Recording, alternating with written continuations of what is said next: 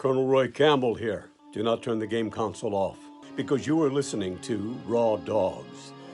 You have a mission. Listen up. Enjoy. Roy Campbell, out.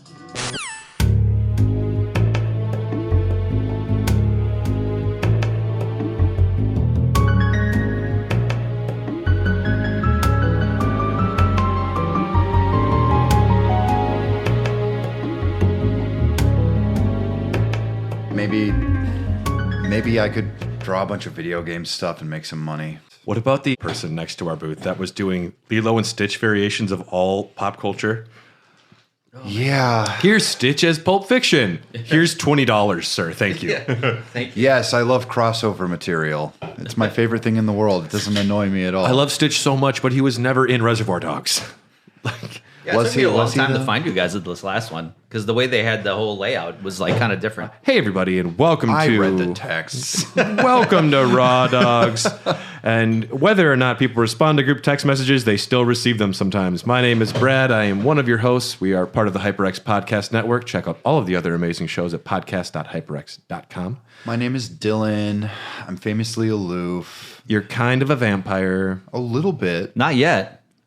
You haven't bought What your if whip yet. Dracula got the vampire killer? He couldn't use it. It's too holy. Like, he wouldn't even be able to touch it, I don't think. If he wears gloves. I'm looking at one of your beers and Yes, we'll get to it. Okay, all right. Yes, I'm we will. gonna save that. And who else is here? I'm Tyler. The door was open. I just kind of stumbled in and sat down. You've heard of Castlevania before. What? Yep. And then You were fun. You sat on my lap. I stroked your hair. what is a melee? And we have returning for this episode our favorite guest, Stoy. Stoy, I was in your trunk on your way here, so that was that noise that you were hearing. Oh, okay. Yeah. So So it was sorry for the bumpy ride. it's okay. It's fine. We are dysfunctional. Yeah. You should really get the hydraulics taken off your car. You really should, actually. There is something that smells back there. I think you may be leaking fuel. So, He doesn't care. Have you met him? He's Whatever, got money. yeah. He's got money up the wazoo. You can stop every 10 miles. Get a new tank. And Stoy, you're from EXPCast. the EXPcast, a video game podcast where our shtick, because we were like, well, EXPcast, we have to put a video game podcast afterwards because that was like an old saying. Like when we started our name, people were like, the experts were like, oh, you should put like what your podcast name means because they don't know what EXPcast means. So it's like, well, I guess I'll put a video game podcast on it. Yeah, I understand that necessity. For our Elden Dog series, I put an Elden Ring podcast at the very end, just so people that search Elden Ring will find it for sure. Because you want that. I'm not for sure if that actually helped or hurt us. I mean, it's been that way for like years now at this point because we've been around for like 4 or 5 years now. Yeah. And I don't know if it hurts or helps us at this point. So, whatever. Some people probably think we're like a dog grooming podcast when they check us out. It's super possible, and that might have actually gotten us a few listeners maybe at a certain point. I had an idea for the name of if we ever do like this like Berserk podcast, like the manga one. Yeah. Up in them guts. Sounds great. That actually is pretty good. Yeah. It's kind of perfect. It's also It's like provocative. it's too provocative. Yeah. And Attention grabbing. this is part 3 of our Castlevania series retrospective. We are going to tear apart the rest of the series, which has some extremely high notes and the lowest of the lows of the entire franchise. Yes. All the beers today are provided from friend of the podcast, Ryan, We love him. Patreon supporter, Discord person, and just all around great fucking dude. Truly, if you want to subscribe to our Patreon and join our Discord, like everyone is super cool. And also, if you want to send us beers, we will be your friends for life. So all of the beers we have today are from Blue Owl Brewing. And Blue Owl Brewing is a sour brewery started in 2015 to make sour beers approachable yet unique from Austin, Texas.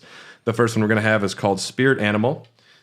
These are all sour beers, which they do have non-sour beers available. I checked their website, but these ones we're drinking today are all sours. Oh, no, This is the there's one no, I can't do the second one. The second one. Yeah, that's scares what I was me. looking at, and I was like, oh no. I can't do the second no. one. I think you might actually like it. Let me make sure these are all. Brad, have you tried these yet? No, we only got one of each. I know, but like, I love pickle beers.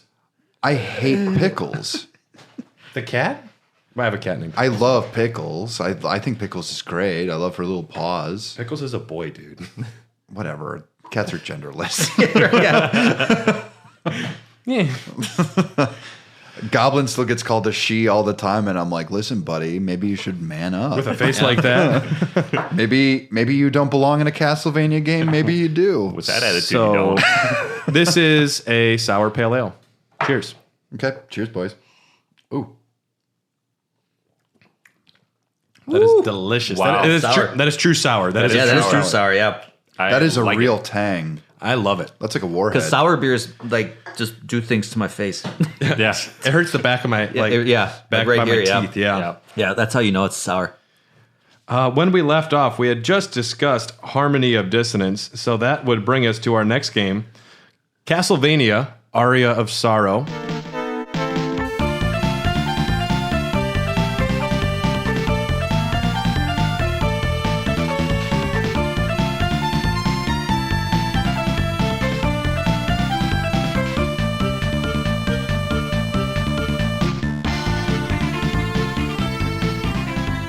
Much beloved.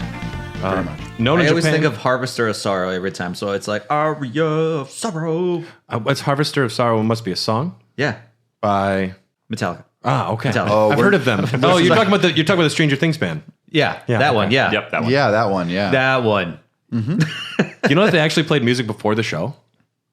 What? Aria of Sorrow. Metallica's been around for a long time, guys. The Metallica lore is next week. Yeah. Aria of Sorrow, known in Japan as Castlevania Akatsuki no Minuet. Didn't mess that one up. Castlevania Minuet of Dawn. This was released May 6, 2002 for the Game Boy Advance in North America. 2 days. Actually, you said that perfectly. Thank you.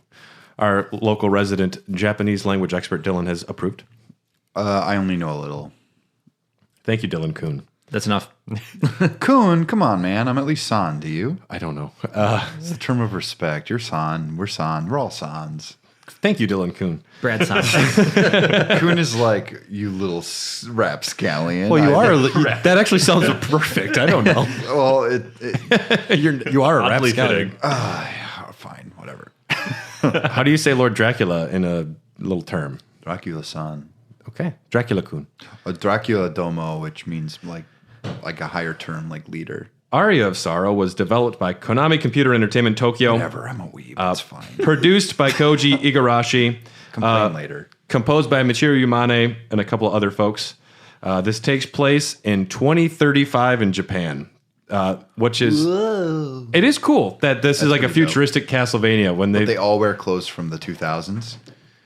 well, I mean, And they don't have flying cars. is the And they've got fluffy is coats. fashion that different from 2000 to like 2022? Yes. I watched Yeah. that Mormon documentary and Still on the Yeah. Mormon stuff here. Well, yeah, no, it is because I feel like the early 2000s still had a lot of bleed over from the 90s. I watched it was 9/11 recently, so I watched a 9/11 documentary, and everybody in those videos looks like they're from 1998. real romp, Yeah. huh? It was kind of sad. Okay. That's a little piece sad. It was kind of sad. I just don't like it. I don't know why. You play. What's this 9/11?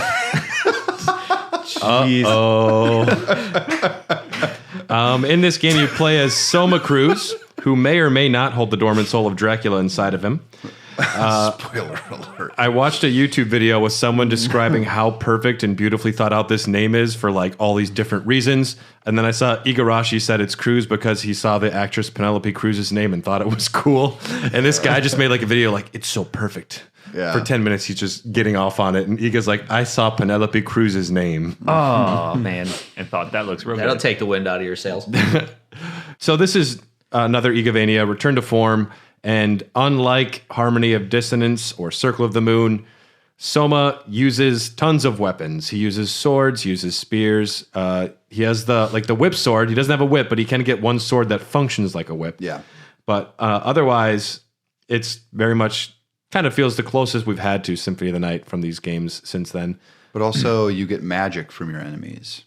You get to Yes. control monsters or something. No, you get the tactical soul system. Yeah. Right, that was it, yeah. You inhabit can't a use part of it. monsters, but you can use their abilities or Their something. abilities. Yeah. Which is really fucking awesome. Yep. Every single enemy in the game, 110 of them, has a soul which can be stolen upon defeat.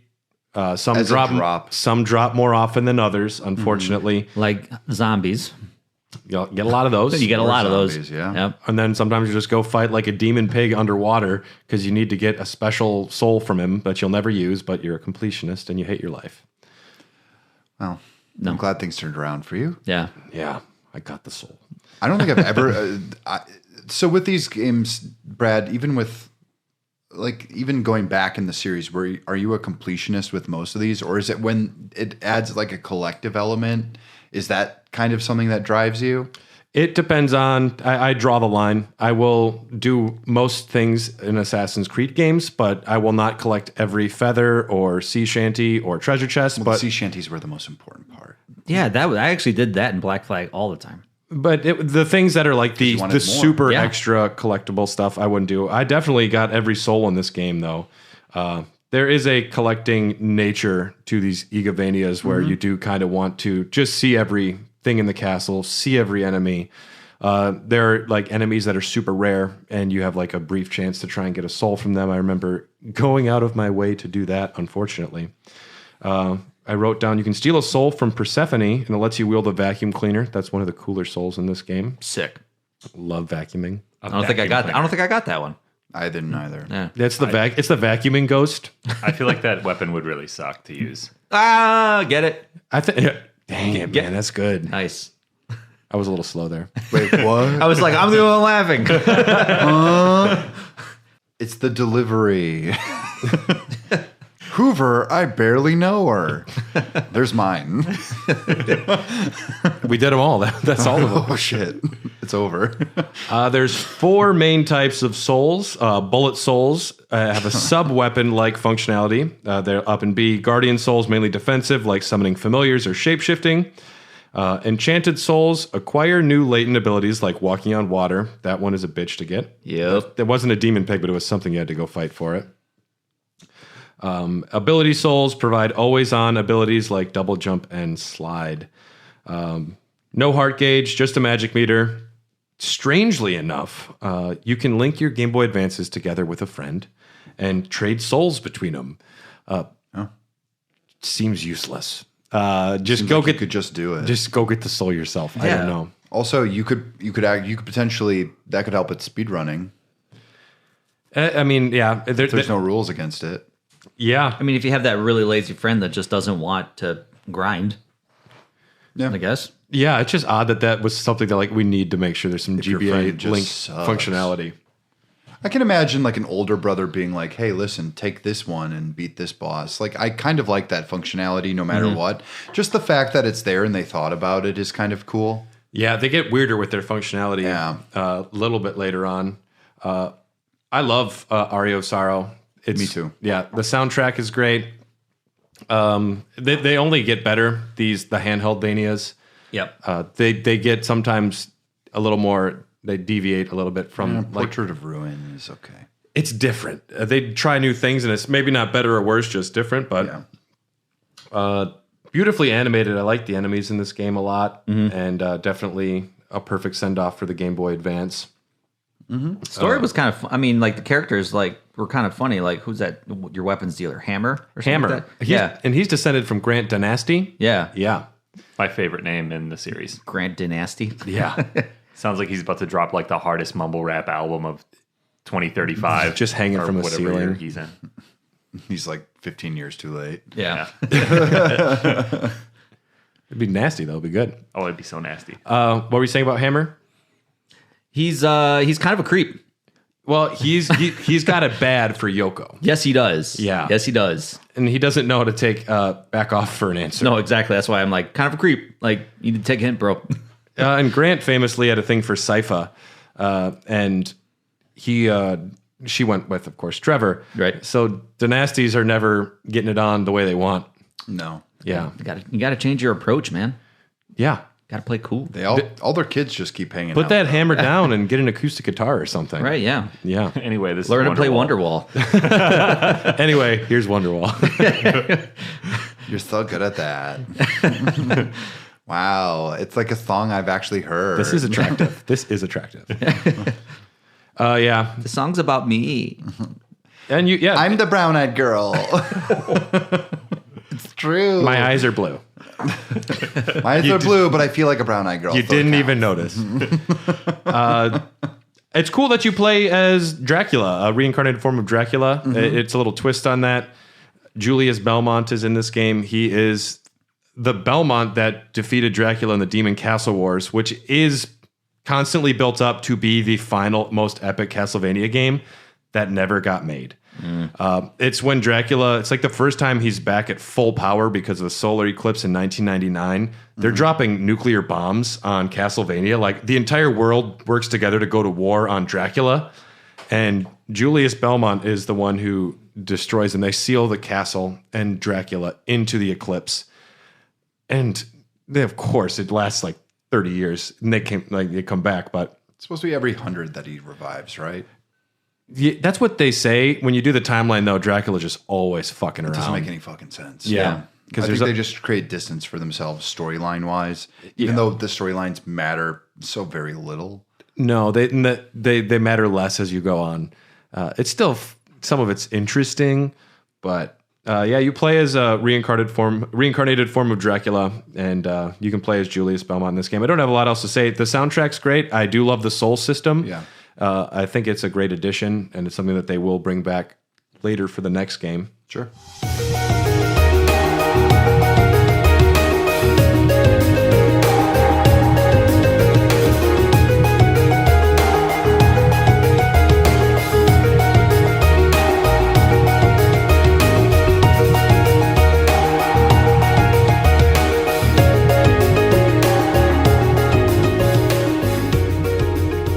Another attempt at 3D. We have Castlevania Lament of Innocence.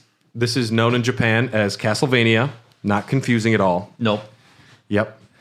And But technically, it is literally the first Castlevania in the timeline. it is, by all accounts, the very first one. There's no debate. Leon Belmont is the first Belmont. Yep. You even see a picture of this guy in the animated series. There's like a painting, like that's the guy. Yeah. Yep. Yep. I remember seeing this game in Family Video on the shelf, and it was always like the artwork on the cover always had me thinking like maybe I should try that out, but it was always my second option, and then I always rented a different game. Mm-hmm. So I didn't play this until All these missed played opportunities. it. Was it though? I actually played this last night. I think it's an underrated game. It really is. I think Curse of Darkness is better, but Lament of Innocence has a lot going for it. This is the one with the soundtrack that absolutely slaps, right? Yep. Yeah, we were Especially when you go into the basement, I think in the first area where all of a sudden it turns into like a techno trance beat. Like it's like, what the hell? it starts slow. We were watching our friend Nate be horrible at video games. He couldn't even figure out how to open doors properly. Yeah. And I know that they're sometimes tough, but he was on another level of struggle. Yeah. But once the soundtrack kicked in, though, all of us were like, oh, okay. I could play this for 8 hours. Yeah. Yeah. This game came out October 21st, 2003 for the PlayStation 2 in North America and a month later in Japan. Developed by Konami, produced and written by Koji Igarashi, composed by Michiru Yamane, and designed by Ayame Kojima. This is the Dream Team.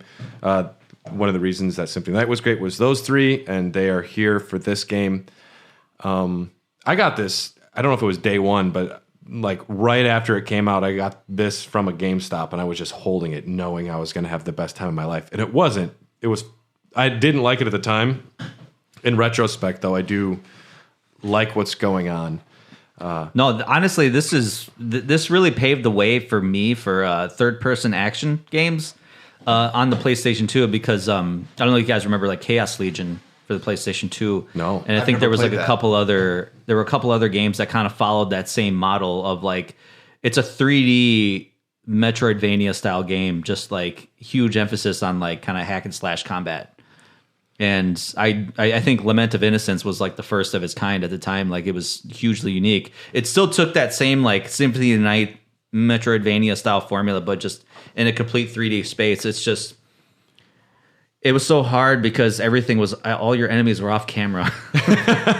and I was feeling that struggle when I was playing this last night because I was like, God damn it. Like, A bad thing for character action. Yeah, it really is. It is hard when your enemies are off camera. Yeah. And it's not off screen because like it's just that fucking camera. Yeah, it really you know is. What we mean. And that's where Curse of Darkness made it exponentially better, where you can actually move the camera like better. Well, at all, because this is fixed camera. Yeah, I know, but that's where, like I said, Curse of Darkness really kind of like. Yeah, where you can move the camera. Yeah, you can actually move the camera. How neat is that? Oh, there's a guy behind me. Maybe I should turn the camera around so I can see him. Yeah, but I think like the way I got around it was I was literally like, I think just, oh no, that was Curse of Darkness, because I was playing Curse of Darkness too yesterday, and it's like you're just spamming the L1 button to like recenter the camera.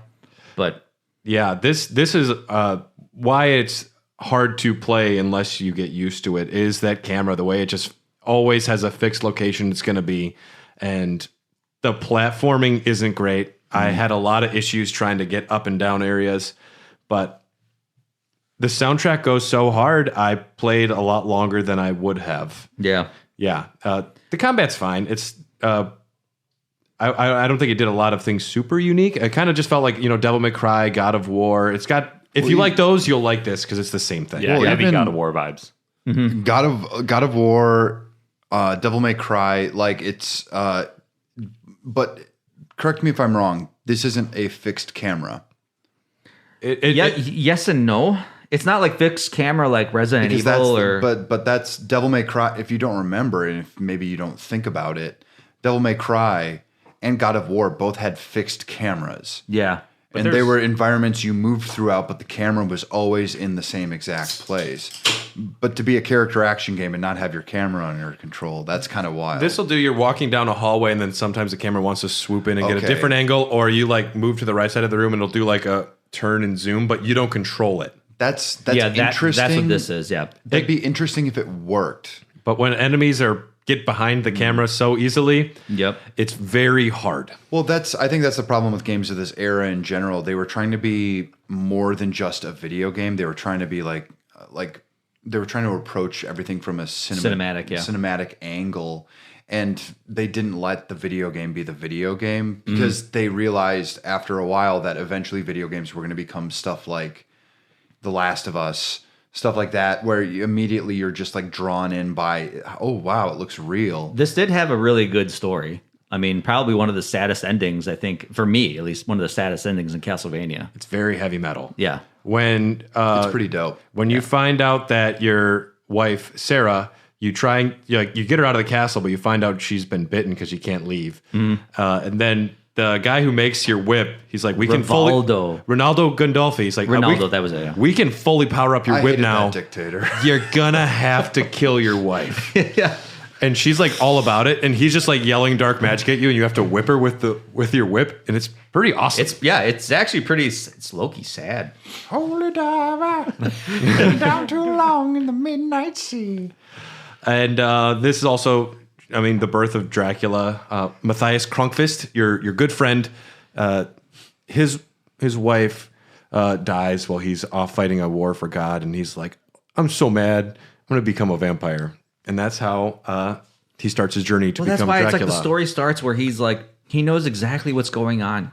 He's like bedridden, because the story starts out like, oh yeah, he's bedridden because of the loss of his wife, and then all of a sudden like all this evil is happening. Then he's like, oh yeah, it's because there's like this evil happening at this castle. His name's Walter.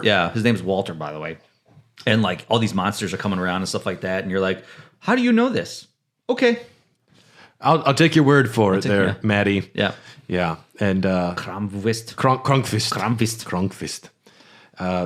It's got a main hub area. You access the 5 different areas you can explore from the main spot. There's a little less Metroid-vania than I would like, because it is very much, you go into an area and then it is pretty linear. It branches out in the linear areas, but it's always like kind of you're heading to a certain spot in each one of those. Yeah, you have like branching paths, but they all like converge in the same place. Like it's not like, Yeah, there's kind of like Telltale games where essentially you're getting the same shit, but the details change. Yeah, kind of, yeah. And the stages don't connect to each other. There's like, you go to the end and then you're back at the hub, and you go to the end and then you're back at the hub. Yep. Now I haven't really played this one in depth. People lambast this one quite a bit. Which is a shame. I like it. I don't think it's bad, but I think that there were probably other games that were doing certain things better. I mean, I just think the camera and the combat, if they had a little more time in the oven, it would have lived up to everything else that's happening, because the story is excellent. The music is top notch. Yep. Yeah. I do agree with you, though, because I think that's part of the reason that I never rented it, is hearing from friends like, that sucks, don't play it. Or, just hearing the negative things, probably due mainly to the camera. If my friend had told me that the soundtrack is an absolute banger, I might have rented it. This cover is dope. Yeah, That's it's why a very good cover. I always saw it, and I was like, It's a metal album cover. I didn't realize when we were playing it with Nate that was the game. Yeah. I remember that cover now. Yeah. I think what made the camera, for me, what made the camera a little bit more palpable to deal with was the fact that your whip had such a long range that a lot of times I'm just spamming the attack button because it's like, okay, I know there are enemies over there, so I'm just going to spam the whip button and then hopefully I hit them. Yep. Yeah.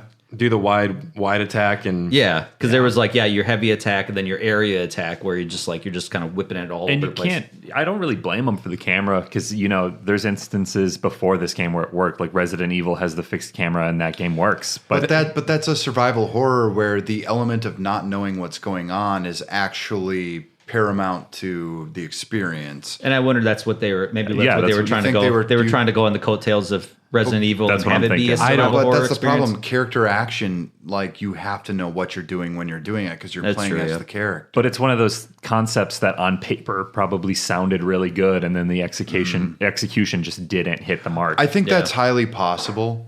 And only give me a little bit of the pickle beer. I'm going to try it. I don't know if I'm going to like it. Okay. I really hate pickles. This game does have sub weapons that are lifted from Harmony Dissonance, and you can combine different sub weapons with different colored orbs. There is some variety there. There isn't much of significance, though, to find exploration-wise, so there's no real reason to go out of your way to explore every room when there's not a lot extra there. No, and that's what I wasted so much time on that in the past. It's like, what's down this hallway? Nothing. And then you go back to the other room, and the enemies have respawned, and you're like, okay. Yeah. I didn't enjoy it the first time. Right. But I guess I'm back in. And additional characters, after completing it one time, you can play as Joaquin, who is a boss from the game. He's another vampire. And There is a secret ending. He just all of a sudden takes his throne at the end of it. which, at least if you're going to give a little story nod, I appreciate that when you have an extra playable character instead of literally nothing. But Yeah. and then after completing with Joaquin, you can play as a character called Pumpkin. Pumpkin is a jack-o'-lantern with candy for arms. Pumpkin attacks with a candy whip, and he's an adorable little pumpkin. A candy whip? He's a jack-o'-lantern with candy arms. Oh, Okay. this came out over Halloween, so I suppose. I think you're going to like this beer, Dylan. I hate pickles, man. You are so misguided. Up next from Blue Owl Brewing, this is Pickled Little Boss. It is a sour pickle beer it's a seasonal beer with cucumber, dill, vinegar, and salt. Ugh. You might like I'm it. actually kind of excited now. I'll try anything once. It's fine. All right. I smelt it, and I'm already locking up. Oh my god. Oh, I hate this. Okay. Oh god. Okay. It is pickly. That's a little much. That's not bad. I will drink it and like Yeah. it, but Dylan looks conflicted. Like he doesn't want to like it, but he doesn't hate it. I like it. I don't hate it nearly as much as I thought I would. It's not as sour. I will agree. It's not as I maybe overplayed it. Kind of like I maybe what expected you more did. of a. Yeah. I expected more of a bite, maybe. It's not as sour as the pale ale. I feel like the pale ale was more sour. I like. You truth get some be of told- the salt helps with this. Yeah, you can it's definitely the get the salt. The salt is really cutting down on the vinegar. It almost tastes like the old Dutch dill pickle chips. I still can't Yeah. escape, but I still can't escape this kind of profile of bad wine, Oh, wine yeah. that went bad. I see where you're coming Yeah, I from can there. see that where it kind of pickles. sour wine. Yeah. Yeah, it's just someone left it out, didn't seal it properly. Yeah. Yeah. Speaking of seals, Castlevania: Dawn of Sorrow.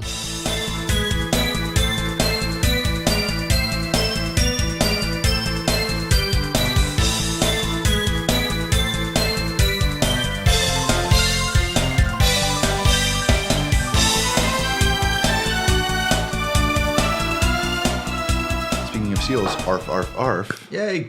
Known in Japan as Akumajo Dracula Sogetsu no Jijuka. Maybe. Demon Castle sure. Dracula Cross of the Blue Moon. This was released October 25th, 2005 for the DS in Japan, and it arrived in North America October 4th of that year. Developed by Konami, directed by Satoshi Kushibuchi, produced and written by Iga, and composed by Masahiko Kimura and Michiru Yamane.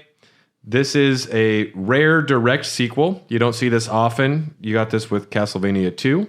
Yeah. And Symphony of the Night and Rondo Symphony of the Night is a direct sequel, but you don't play as the same character. It doesn't. It counts, but it's also not really. It's a chronological sequel. Chronological sequel. But yeah, this is But this is a direct sequel with the same character. a year later in the timeline. Very much.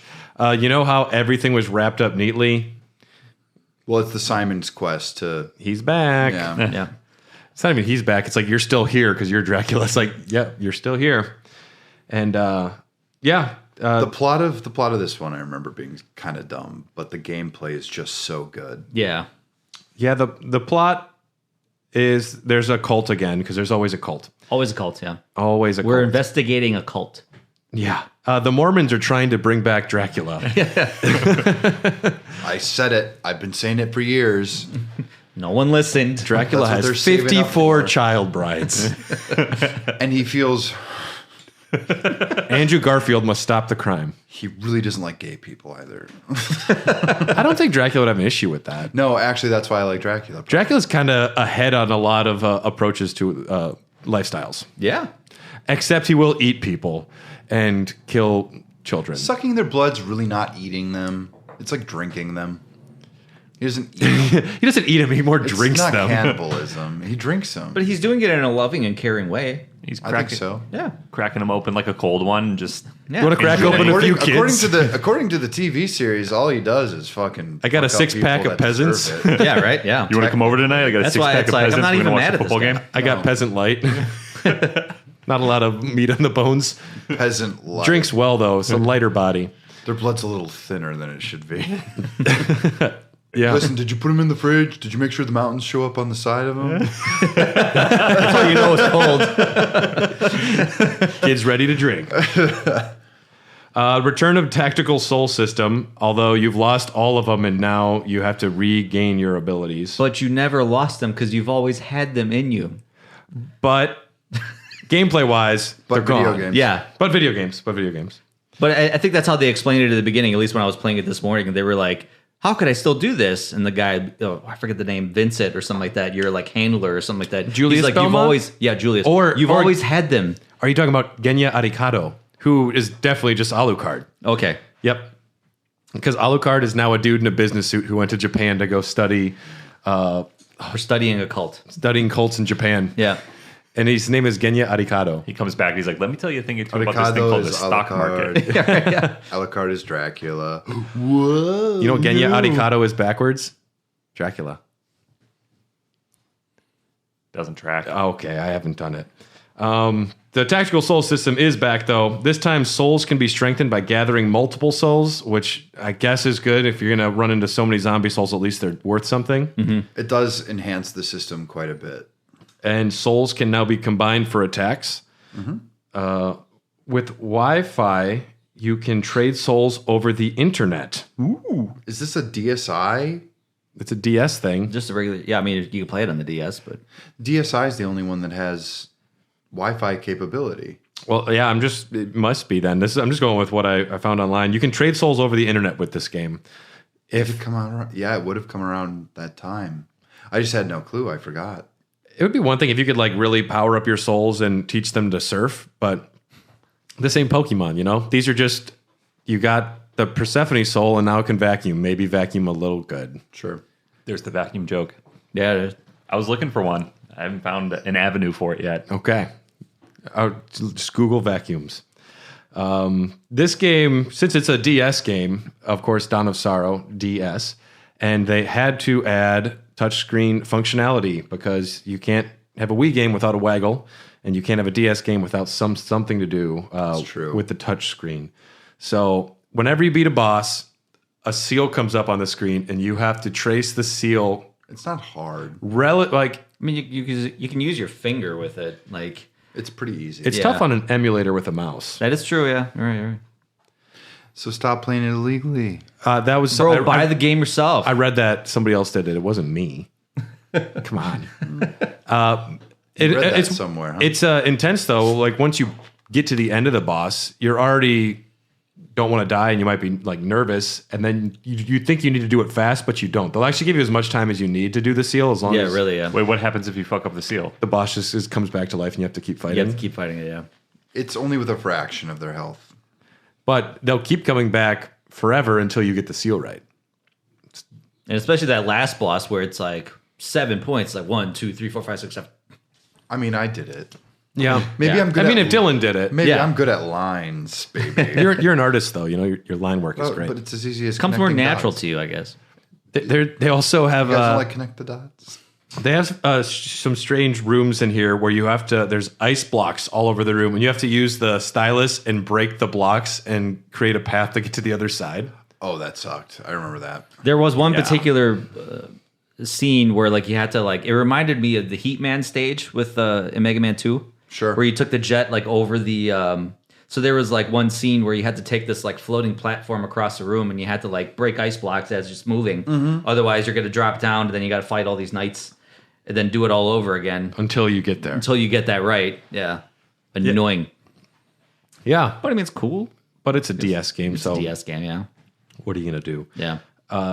This game has the best bonus mode in any Castlevania game. If you get to the final boss and die, Soma goes evil, and you unlock a mode where you get to play as 3 characters: Julius Belmont, Yoko Belnades, and Alucard. You can switch between them on the fly. It's Alucard. He just changes out of his business suit and he puts on his big fucking coat from Symphony of the Night.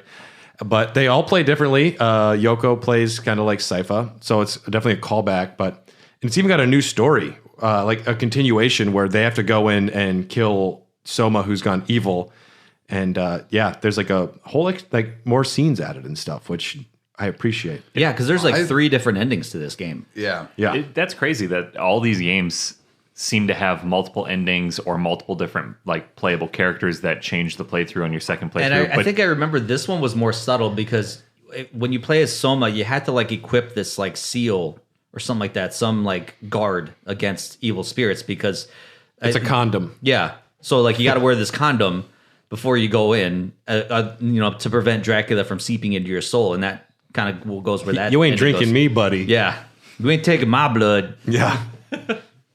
And if That's you don't, me. and if you don't do that, it's Just a like, and if sip. you don't remember it, then like you're kind of screwed. Then you get that bad ending. But I love that though. To unlock this other mode, you have to lose to Chaos, and Yeah. then he goes full bad, and then the other That is- characters. watch That your is girlfriend get like maimed, like that's But that- dark. Yeah, the bad ending. Yeah. That was not a hard final boss battle for me. None of it's these not generally hard are. No, none of them were. And especially if you powered up your magic enough, essentially you're fine. I would have never even seen that ending just because I was so obsessed with finding every little bit and corner in this place that by that time you're leveled up enough that you can just completely sweep. There was one of your magic levels where you threw this like green slime thing at your enemy, and it caused like so much damage. because it sits there. Yeah, and Yeah. it's just like, but it would scream every time you use it. So you throw it, and it's like, and it was like that every time, and it was like, man, so powerful though. I just stuck Yeah. with what looked cool because I was such a little edgelord boy. Like I wasn't. My mom wouldn't let me dress that way, but like You did have a trench coat that you wore to class, though.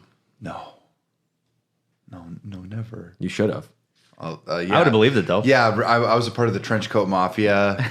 You know, I think it's I'm just, actually Dylan Kleepold reborn, much like Alucard.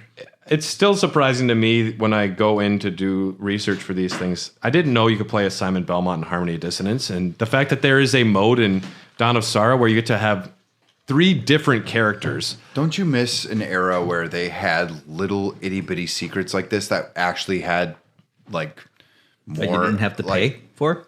Yeah. Where they weren't like, hey, check all this shit out before you start actually playing your game. Julius Belmont mode, $3.99. Yeah, You want right. it's so much cooler to have something hidden that they don't have to take credit for, But when people find it, they're just like, oh, have you heard about this? That's almost advertising for itself. They should keep doing stuff like that. And then you have games like Super Punch-Out, which just got discovered a 2-player mode. Yeah. What the fuck? Exactly. I love that shit. Yeah, I love it. Yeah. There is a multiplayer versus mode in this game as well, where one player creates a section of the castle with enemies, and both players race to see who can get through it fast enough. That's kind of cool. Yeah. And that's something that is cool with the stylus, where you can place things, and it's almost like a proto Mario Maker a little bit. Yeah, I mean, because playing Mario Maker 2 on the Switch was just abysmal, but I loved it on the Wii. It was so much better on the Wii. I know. It's irreplaceable. Like, Yeah. I was so inspired to make things on the Wii because it was literally just the touch The Wii functionality. U. The Wii U, yeah. Yeah, but I mean, like, it's essentially the Wii. It's the same hardware, in my opinion. But no, yeah, the things they did with screens that they're kind of shying away from now because they kind of want to keep up with the big boys, they need to lean back into that. This game also had a function where if you had Aria of Sorrow in the Nintendo DS's Game Boy Advance cartridge slot, a completed version, I actually did this. as well as Dawn of Sorrow, you were playing it there, you unlocked a special item of the rare ring. You get to start the game with an extra item. I think there's some other things too. But Konami did this a There's some lot with boosts. a lot of their games, where like if you had like saved data from like other games, Yeah. you know, they gave you stuff. Yep. buy the other one. Yeah. Please buy the other one. And there is a direct sequel novel to this game. What? And it is the furthest in the timeline we get outside of 10,000 years in the future. And Is it just about him kissing or something? there's not a lot of Soma in it. It's actually Orlok the vampire tries to rise to power, and Death teams up with the heroes to fight him because Death's like, I only have one homie, and it ain't you. And then, I don't know. Okay. It's only in Japanese. I couldn't read it. I just looked at the images a lot. You just looked at all the characters and you're like, oh, I can't read it. I still can't read this. I tried really hard. Okay. But we're going to take a quick break to hear some of the other amazing shows from the HyperX Podcast Network. And we're going to be back to finish this puppy. Go the full Belmonty, as they say. Yeah, there you go. Who says that? Tyler. Oh, okay. Yep. All right. The Hardcore Gaming 101 podcast is on a mission to rank the top games of all time. I like the idea that when Bruce Wayne gets angry, he switches to the Batman voice. Why do you have such a problem making Boomerang shaped like a bat? You mean like Batman? Not like Batman, just make it for me! Bruce Wayne, uncanny even with this guy. It's a Herculean task, and I'd be lying if I said it hasn't taken a toll on our cognitive faculties. Most people would be happy to have a job during a global pandemic. Dennis! Hardcore Gaming 101, twice a week, every week, right here on the HyperX Podcast Network. The award-winning Go Nintendo podcast is the best place to get the latest news on the world of Nintendo. We cover the biggest stories, share impressions of the latest games, and answer your burning questions. There's also some general pop culture talk, game music trivia, a heaping helping of silliness, and did I mention our robot companion? I'm the star of the show. Catch new episodes of the Go Nintendo podcast every Saturday on the HyperX Podcast Network. It's Halloween month, and that means it's time to get your setup decked out in a new costume. Get 15% off of all pink products at HyperX.com by using code HXPN at checkout. Whether you prefer the chic pink accents of the Pulsefire Haste or the snazzy metallic pink of the Allo Origin 60 keyboard, this is definitely the month to think pink. Head over to HyperX.com and check out the selection and enter code HXPN, as in HyperX Podcast Network, in all caps to get your 15% discount at checkout.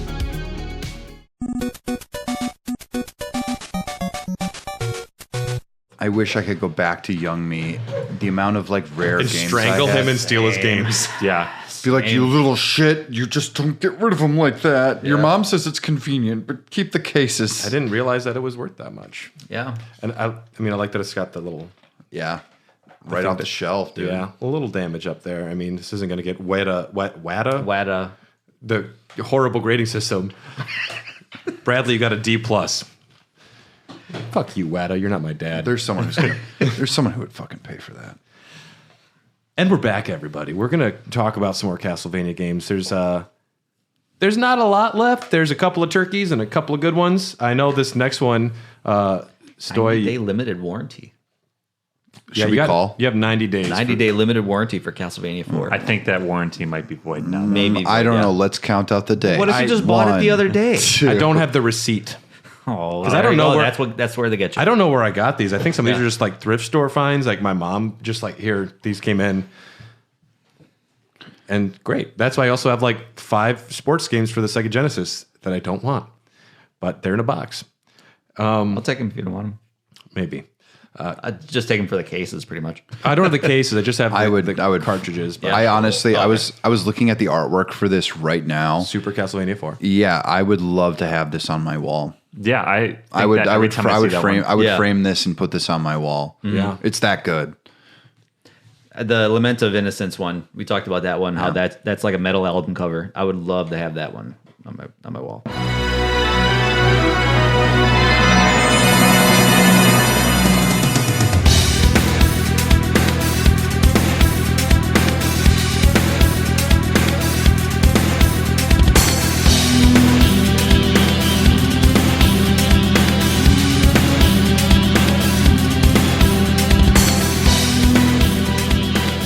Up next, we have Castlevania Curse of Darkness, known in Japan as Akumajo Dracula Yami That no is a pretty Jui. metal cover too. Demon Castle Dracula Curse of Darkness. This came out November 1st, 2005 for the PlayStation 2 and Xbox. This is an original I haven't even Xbox heard release. of this one. This came out in North America. Have you watched all of the Castlevania anime? Yeah. Then you've seen the story for this anyways, because Hector, the Devil Forge Master, is the main character of this game. Yeah. I haven't seen the third season. It blew my mind when I was like, when I started watching it, I was like, that's Hector. Oh my God. They got Curse of Darkness in here. Yeah. Which I wouldn't Which I thought like that was just like, I don't know, it just like shadowily, like I remember at the time when it came out, it was like, yeah, here's another Castlevania game. Like it seems like there was so much more of a marketing push for Lament of Innocence. Yeah. And then Curse of Darkness came out and I was like, yeah, whatever it is. And this was on the Lament Xbox? didn't do too well. PlayStation 2. Xbox it didn't, and PS2. Comparatively, I think. Yeah. But it's, like by all accounts, it was a better game. Yeah, it took what the issues were for the first game, and they just fixed a bunch of stuff. Hector can use multiple weapons. Yep. There is a camera that you can move. Yeah. But it's that was back in the time of inverted controls when left was right and right was left. For movement or camera? For camera. Can you change it? No. No. I don't think you could. You could only change, I think, certain aspects of the camera. I would say speed, because when I fired this up, you could only change up and down. Okay. But like side to side. But the first Assassin's Creed famously had the inverted movement horizontally. All the Prince of Persia games were like that too as well. Yep. Just Never understood that as a concept. It seems like just backwards. I mean, it obviously is backwards. I got a buddy of mine that plays Call of Duty like that. I don't know how he does it. But that's famously. That's just like a preference thing, and that's just what they're used to, and that's why there should always be options. Yeah. Really, honestly. But then if you're playing the game, you have to pretend you're in an airplane. Yeah. But a boat. If there's options, I mean, some people, that's just the way that they've learned how to play, and it's just the way that they can play. It's usually people of a certain generation, I think. He's saying Thomas. I mean, for me. I love that picture of him on the motorcycle, though. Very cute. For me, that's what I learned to his play perm. on. I learned to play that way. So it's like when these games came out, it was like, okay, left is right, right is left. I had no choice but to adapt. But like once they started making games correctly, then it was like, well, this is way better. I think it just boils down to first person versus third person, because like in a first person shooter, you want like right and left to work the way that we're used to now. But Yeah. and with third person, the camera is like separate, so it's got a. I don't understand it. Yeah, at But least still, yeah. like I said, once you get used to it, which doesn't take long, I mean, by all accounts, the fact that you can move the camera just makes the combat so much easier. Yeah. Especially since you don't really have a whip to start. So. Yeah. You play as a devil forge master who used to work for Dracula, then you retired, and then you're sucked back in. And Dracula's so butthurt. Why did you leave me? Dude, we were friends. We used to hang out all the time. We used to be drinking buddies, man. Remember every zombie you made? There's a lot of Remember them. every monster you made? Where's that? Let's go back to that. We drank man. so much blood that night, dude. It's your fault. You gave me a 401k. I guess I'm retired, man. Leave me alone. Yeah, right? I'm moving on. I got another job, dude. You killed my wife, bro. I'm bartending now. It's different. Yeah. Yeah. I just do it on the weekends for some extra scratch. I don't know how you like renounce humanity, join Dracula's castle, and then like maybe I don't want to do that. I don't know. It's just a lot of flip-flopping. Hector is a flip-flopper and very shameful. Well, what's interesting, what they do in the anime too, is they make him like an ex-slave, and like Dracula was his liberator. Yeah, which gives him a lot more motivation to stick around with him. Yeah, the origin story, which we'll talk about in the timeline episode, but it's pretty heavy metal. He's just like a lonely kid, and like his dog dies. And he wants to like bring it back to life, so he just accidentally starts getting into dark magic, and he starts reanimating animals. We've all been there. I mean, what happened to you as a kid? What's the next game? This takes place 3 years after Castlevania 3. Trevor Belmont is featured in the game. Oh, wow, no Grant and Nasty. That dude is just hitting on ladies everywhere he can. Hold on, pump the brakes for a second. Where does this take place in the timeline? Where am I at? 3 years after Castlevania 3. Okay. So we're talking about Trevor. Yep. Mm-hmm. Yeah, we're talking about Trevor. You, as a Devil Forge master, you need to go find your lady who was stolen or killed. I forget. Well, that doesn't matter. But killed. Your buddy is the one responsible, Isaac, and you have to relearn your Devil Forge forging abilities. And so you create different kind of familiars. You can make fairies, like demons, bats. You create different Pokemon that fight with you, essentially, and you can power them up. Love it. Good stuff. I never really moved past the fairy. Yeah. Which was like the first one that you get because it just healed you just spontaneously. And like, it's useful. So it was like you got all the other ones, all the other like kind of infinite, whatever they call those. But like, the fairy was just kind of, the go-to. That's what Stick with what you know. Yeah, exactly. I get it. I did to me, that was more useful than like any of the other ones that like that gave you combat buffs or even just like helped you out. Yeah, I did the same thing with Symphony of the Night. I always just rather have a little bit of spontaneous healing. Also, status effects getting cured is a nice thing. Yep. The best type of Innocent Devil would be the pumpkin type. It's meant for a joke purpose, but it does raise your luck significantly. Bring your pumpkins to battle. Fixed camera is removed. Target lock-on is added. You can now choose who you attack. Which was introduced in Legend of Zelda, Ocarina of Time. 10 years later. Yeah. It's so funny to me. Oh my God. Yeah. Different times, but 10 years after those times when they should have known better. Yeah. After beating the game, you can play as Trevor Belmont. Most enemies will drop items or materials which can be used to create equipment. There is like a pretty robust forging system, not only for familiars, but also for equipment and weapons. And yeah, because you're gathering materials as you're killing, defeating enemies, and then you could like combine a bunch of them to like create like stronger swords, stronger axes, and stuff. So most of this game doesn't take place in Castlevania. You are a lot of pretty hallways, and you out in the wild, you between places. You fight a time traveler named Saint Germain. That's pretty fucking weird. Mm-hmm. And weird dude. Just a weird dude. Weird dude. Just a weird dude. Have you ever heard he's an actual character from history, the Count Saint Germain? Oh, yeah? Yeah, he's an actual time traveler. No, he's not a time traveler, an immortal. Immortal, that was it, yeah. It's a form of time travel. Very slowly.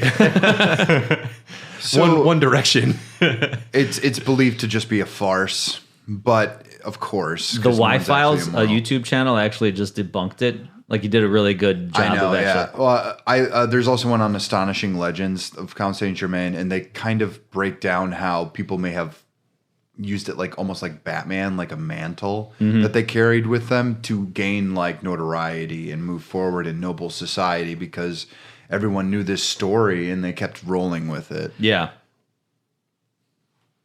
We have a Saint Germain liqueur at where I work and make cocktails, and it's an elderflower, and I'm just starting to put the pieces together on why they named an elderflower Saint Germain. There you go. Saint Germain. It's wonderful. Like is it the Generation Y podcast? No, it was called the at least where I heard of it recently was the Y-Files. It's like the Y-Files, on YouTube, like that's where he actually does a really good deep dive into like conspiracy theories, but actually debunks a lot of it. Yeah, that's good. So he'll start the video out with telling you the legend and then like debunks it at the end where he's like, yeah, this is all garbage. So I love it. I'm actually going to listen to that later. Yeah. So The Xbox version of this game has slightly better graphics. It did, I remember, because I bought it for the Xbox when it first came out. Yeah. Because of that. I was looking online. These games aren't cheap. They're not too expensive if you wanted to get one of the Curse of Darknesses now, but more than I want to spend. But the PS2 does have an extra item accessible only with the Lament of Innocence save, so that's kind of cool. Again, buy the other game. Castlevania game. Oh, I hear you like Konami game. You don't save often. They're doing Psycho Mantis if you don't know. It's Metal Gear Solid. Oh, okay. He would read your memory Curse of card. Darkness. That looked like I love jokes. Yeah, I wish I Curse knew of that. So I was like, literally, yeah, this is going to blow your mind. Back in like the PlayStation 1 era, We won't. No. We'll talk about that another time. he would move the controller for you.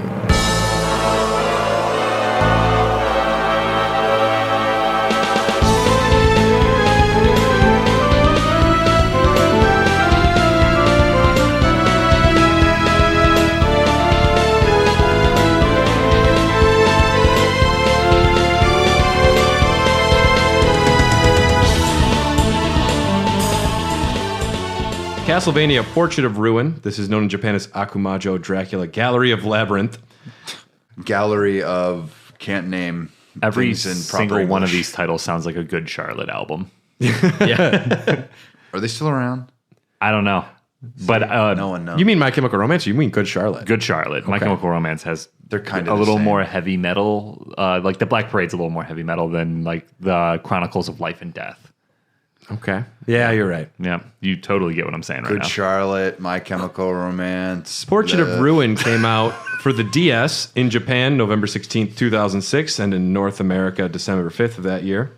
Produced and written by Igarashi again. This is composed by Michiru Yamane, but no Ayami Kojima. She didn't return as Iga said her style didn't really work for younger gamers.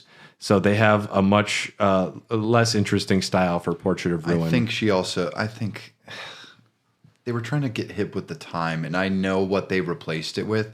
It does not look nearly as good in terms of they wanted to do what anime looked like at the time. Yeah, they really thought did, That's yeah. what was going to bring people in, but that's a very specific style. It's when they were starting to go softer and less detailed. Mm-hmm. Not in the way that these ones are soft, like the Baroque-esque type way, but I thought it looked kind of like Avatar: The Last Airbender, which I don't have a problem with, but I was also like, yeah, this is too anime. This is a follow-up to Castlevania Bloodlines. This one is set during World War II instead of World War I. 30 years Really? later. Yeah. You play as Jonathan Morris, son of John Morris, and Charlotte Olin. Oof. It has a dual character system where you can switch between characters on the fly. The other one stays there constantly, though, and is doing their own fighting next to you, which is kind of cool. Yeah. That is actually the best part about that game.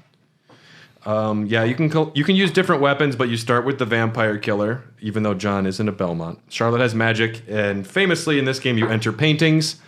Isn't it with John Morris's story that the vampire killer is actually killing him? Yes, because he's not Because full Belmont. He's not full Belmont, yeah. Yep. Because, And that was going back to Bloodlines. I think, like, John Morris ended up dying 3 years after the game or something. yeah, and Jonathan thought his dad was like just a dickhead who didn't teach him anything and like was an absent father, but really he didn't teach him how to be a vampire hunter or use the vampire killer because he didn't want his son to die the way he was dying. Yeah. And he finds that out through Eric Lecard's ghost, who is stuck in this castle. And Eric Lecard's daughters are twin vampire girls in this because Bronner, his daughters died in World War II, and he was so angry he became a vampire and kidnapped these girls. Fun. Yeah, timeline stuff, you know? Wow. It's great. We're not going to be able to hold any of this in our heads. The painting stuff is cool, though. Like, you go into ancient Egypt, and it gives you a good reason to just have major location shifts. I mean, it's Mario 64, man. That's what I was thinking. Yeah. Yeah. Yeah, it's good. It's really comparison, dope. Yeah. Explore the imagination sphere. Yeah. Yeah, I like that. Our next beer from Blue Owl Brewing is Dapper Devil. It is a sour raspberry Belgian-style ale, coming in with a light ABV of 9%. Seasonal ale with 9. raspberries. 9%. 9%. Wow. Jeez. Golly. Okay, I had some. I like it. Ooh, that is nice, tart. nice raspberry flavor there. Yeah. That is very tart. Very tart. It's pretty drinkable. I maybe could only do one. Yeah. I would beer bong 64 ounces of this in a row. You're gonna throw up everywhere. Again. And in this, We'll save it for your second. I was going to say, party. yeah. or for your first. Oh, okay. Yeah, puke as much as you want. I'm not going to be there. Okay, this is a fun note. In a hidden section of the city of Hayes, you'll find a small area with a baker, a skeleton bartender, and 2 amusing secret weapons, the pie and the paper airplane. If you upgrade your paper airplane, you'll occasionally see little stick figures riding it. These fun. guys are Koitsu and Soitsu from Konami's parodious Shoot 'em Up series. These guys ride paper airplanes, speak in a gibberish language, and equip condoms as shields. What? Lovely. Sweet. Wonderful. There is, after completion, you can play as the vampire sisters Stella and Loretta, controlled solely with the D-pad and attacks with stylus. I think that is a fun extra mode. Yeah. And not something you have to do the first time. But Yeah. they're designed to, that's how you control them. So that's kind of cool. There's also a Richter/Maria mode where you can play as those characters again. It is the largest 2D Castlevania by square footage, this game. That makes sense. I don't think I ever beat this game, and that's probably the good reason why. I think I remember this game being too massive. Yeah, I beat this one once. This was the last Igavania well, that's not true, but I didn't beat the next one after this. Okay. But the next game for Castlevania is Order of Shadows.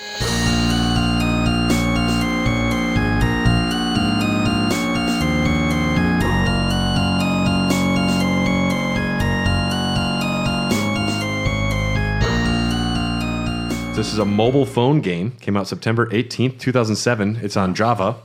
Great. Remember Java? Oh, man. It's supposed to be terrible. I could have played this on my LG Dare. Yeah. The whole 3.5-inch screen. I watched a video of this. It's very bad. Castlevania Dracula X Chronicles came out for the PSP. We talked about that a little bit before. 2.5D remake. It's just super great that it includes Symphony of the Night and the original Rondo of Blood on there, which is... The game looks so good. It was the only way to get... I would think it was the first time you could get Rondo of Blood for the Sega Genesis. Or in America. In America, yeah. Yeah, correct. It's good. And the Symphony of the Night port, you can play as Maria and use the Nose Demon, so we like that. Yeah.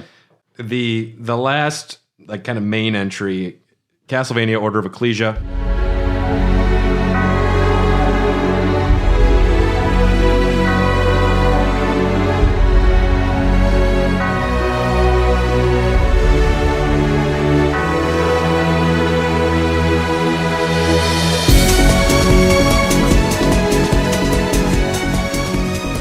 Known in Japan as Akumajo Dracula, Uba Waretu Kokuin, The Stolen Seal.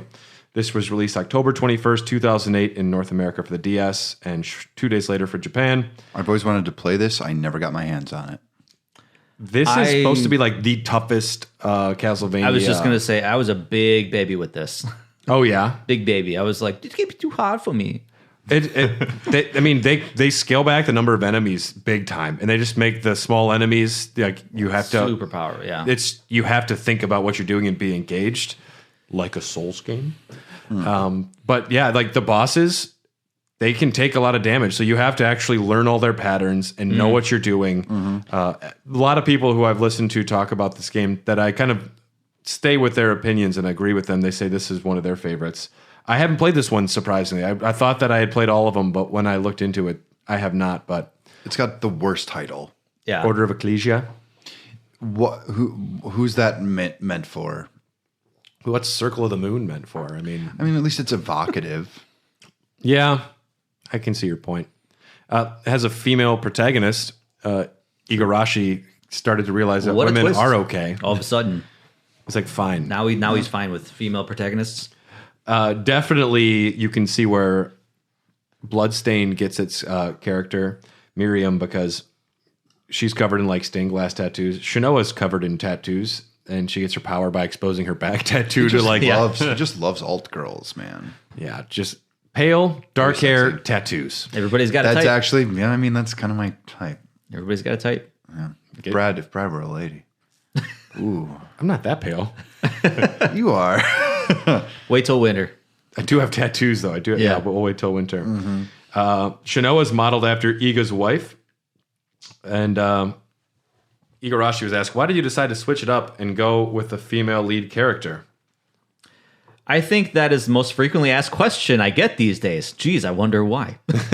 I guess there is a stigma that female characters get killed off easily or quickly. To be honest, it was a reaction to fans. They are the ones who have been requesting a female lead. Another reason is that we came up with the storyline first, and I felt that a female character fit with the storyline a lot better than a male character.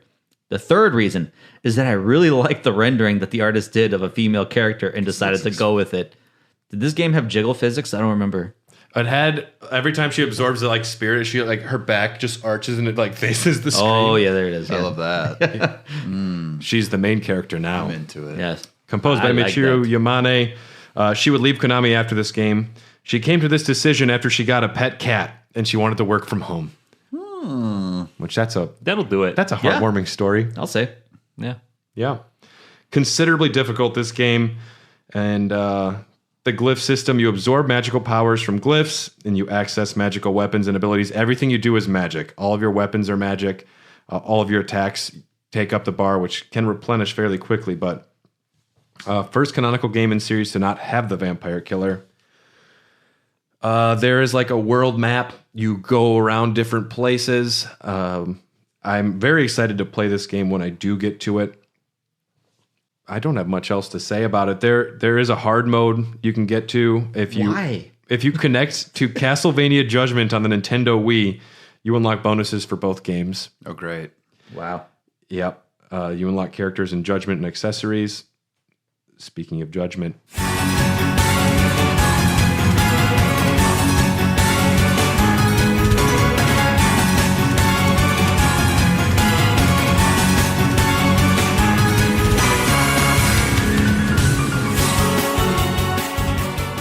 Castlevania Judgment came out for the Nintendo Wii in North America November 18th, 2008, and it came out Japan a couple months later. It's a fighting game for the Wii. Yeah. I didn't want to talk about this. You've played it, so... Yeah, I know. All I hear is like the sound effects and like the screams. Because, you know, like with every fighting game, there's always like, yep. Because like this game shined because like the more distance you can get from your enemy and you're just spamming, kind of an attack button. Yeah. And like you're launching daggers and you're launching other things at people. It's just, that's all I want to say about this game. Closer to Power Stone than Mortal Kombat. Yeah. A little bit more arena-based. It should have been a side-scroller fighting game. That would have actually been a lot more interesting. It actually probably should have been, honestly. Because the problem was obviously every Wii game, especially first-party Wii game, made you use the waggle physics. So, You could. There's also options to not use the waggle physics, thankfully. I didn't go too deep into it. Yeah, and... a turd's a turd. You Yeah. can polish it. Yep. So this takes place... Putting a blanket over a pile of shit is still a pile of shit. This place takes place 10,000 years in the future. Galamoth is working with the Time Reaper, who's going to rewrite all of time and create a new universe. And he creates a vortex that is summoning in characters from all of time. And when I say from all of time, from a brief 1,000-year period, 10,000 years ago. Gonna say. Yeah, everybody was showing up. But you have Cornell from Castlevania 64, Legacy of Darkness. You have Grant Dynasty. You have Maria Renard. You have all of the characters. And if anything, the only thing that I do enjoy looking up about this game is when the characters before the battle, like in Mortal Kombat, when they like say, "Oh, you're Trevor," and he's like, "I'll kill you." That's just sometimes they're interesting. Maria Renard is a child in this game, maybe like a 14, 13-year-old. She's younger. And every time she runs into a female character, everything that she says is, "Your boobs are like a gift." Yeah. What? Yeah. Yeah, they really go hard on that. Hey! Are you a vampire hunter? I am. If you're here, you must be one as well. Uh-huh. They're huge. Will you stop? These things only get in the way. How can you say that? Those are a sacred gift! It's very funny. It's a very common trope in a lot of like anime and stuff for like little girls to be like somehow obsessed with big boobs because they also want big boobs when they get older. Some I don't agree with boys it. are obsessed too. That I mean that is a legitimate cultural thing with Japanese anime and Japanese kind of media like that. Like it's just I mean kids are a huge obsession. Yeah, they are, and it's just I think it's probably that FOMO thing. I don't know. Fear of missing out on tits. Fear of missing out, on tits. FOMATs. Yeah. FOMATs. All the characters have this redesign, which I think looks pretty bad. By famed, I think some of them are interesting though. They're interesting, but deviate from what you expect in a big way. These are by Takeshi Obata from Death Note. That's what you're talking about. That explains the BDSM. That explains the BDSM looks. Okay. Yeah. Well, So this would have been 2008. That would have been the peak height of, I think Death Note just finished around 2008. I think it ran for about 8 years serialized. I can't tell you for sure though. But, I mean, he knows how to design. Now we can talk about some weird shit.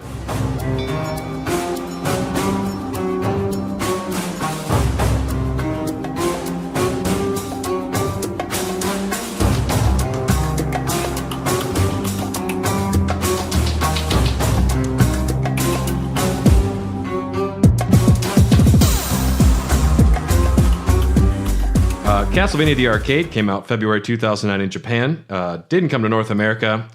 It's a rail shooter at an arcade, and one of the weapons is a whip.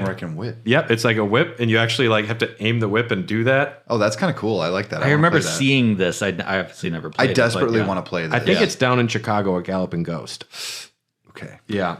You're right. I think that's where I saw it. You play as Vampire Hunter, Little Witch, or Lady Gunner. Those are just, they don't have names. And everyone wants to be Vampire Hunter. Yeah. Castlevania The Adventure Rebirth came out October 27, 2009 in Japan, and shortly later for America. It's part of the WiiWare remakes that they were doing for a couple games. They did this. Contra and Gradius. It's actually a like Castlevania Adventure, the Game Boy version? It's a remake of that. Okay. It adds a whole bunch to it. It's really good. It's a really good Castlevania game, classic style. Okay. And it's only on WiiWare, and it's not playable at all anymore unless you have it for WiiWare. Isn't that cool? Gotta love that, right?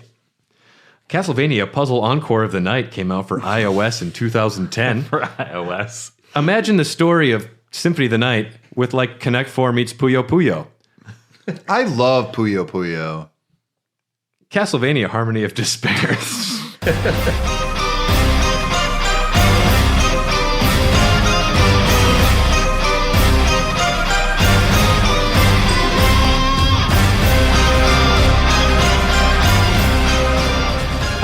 This came out for Xbox Live Arcade August 4th, 2010. Better than Tetris. And it came out PlayStation Network September 27th, 2011 in North America.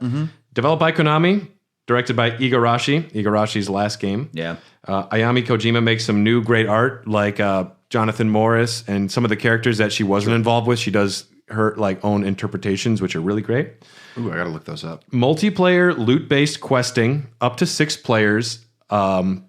Essentially, you have the entire Castlevania map, and you can just go all the way out and see everything at once. Is it randomly generated? No. And it becomes loot-based. So what you go to certain parts of the map, certain characters can get to different areas, and you'll unlock parts, and you kind of have to work together to get to the boss.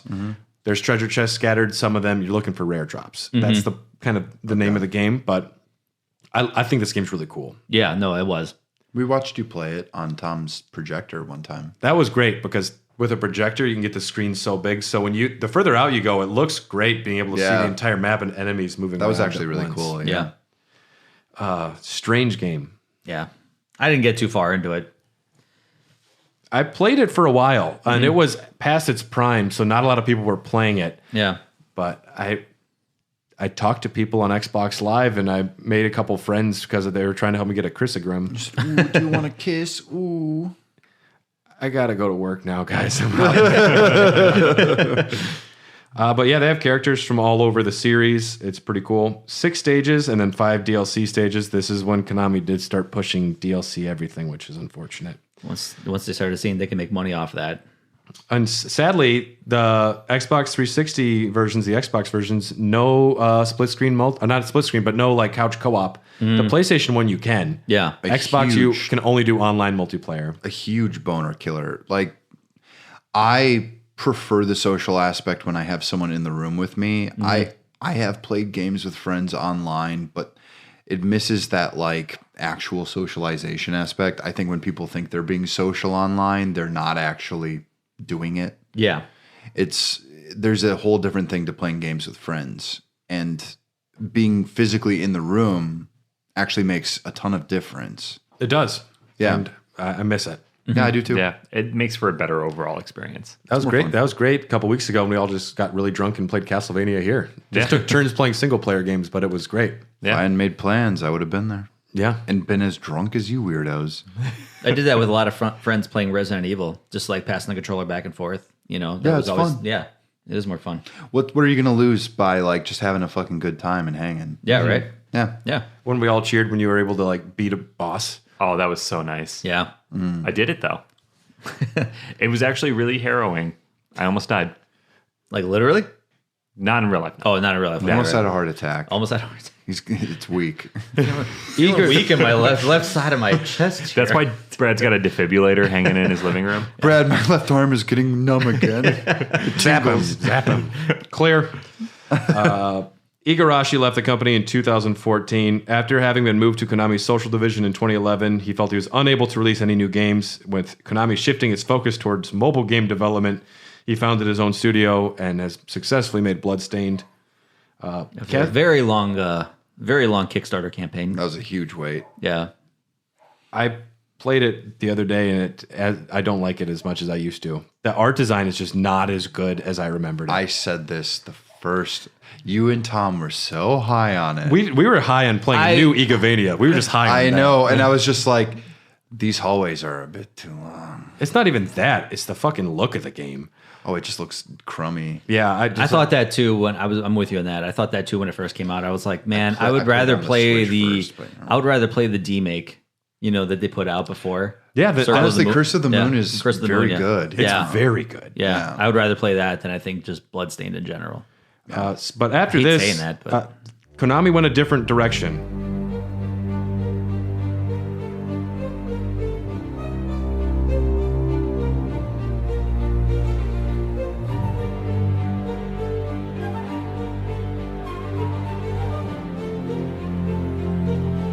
Castlevania Lords of Shadow came out for the PlayStation 3 and Xbox 360 October 5th, 2010.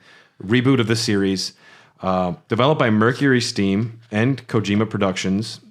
These people were known for Clive Barker's Jericho.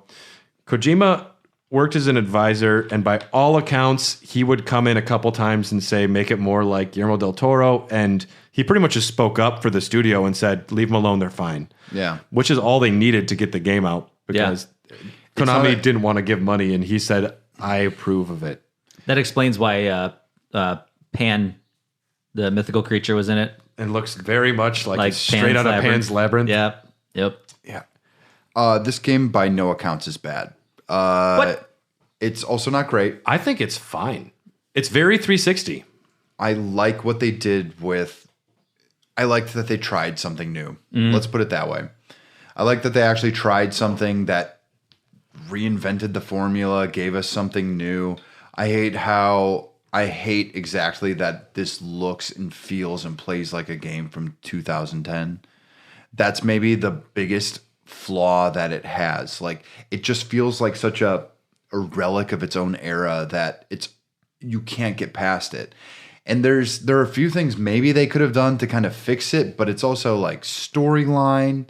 The voice acting at the time, is Nolan North in this? No. I swear If he's to God. not, they couldn't. I don't get think him. so. He was booked doing something. Patrick else. Stewart was in it. Patrick Stewart's like the narrator. Yeah. I know. Like Richard Madden is in these games. He was Rob I Stark. forget who Fine.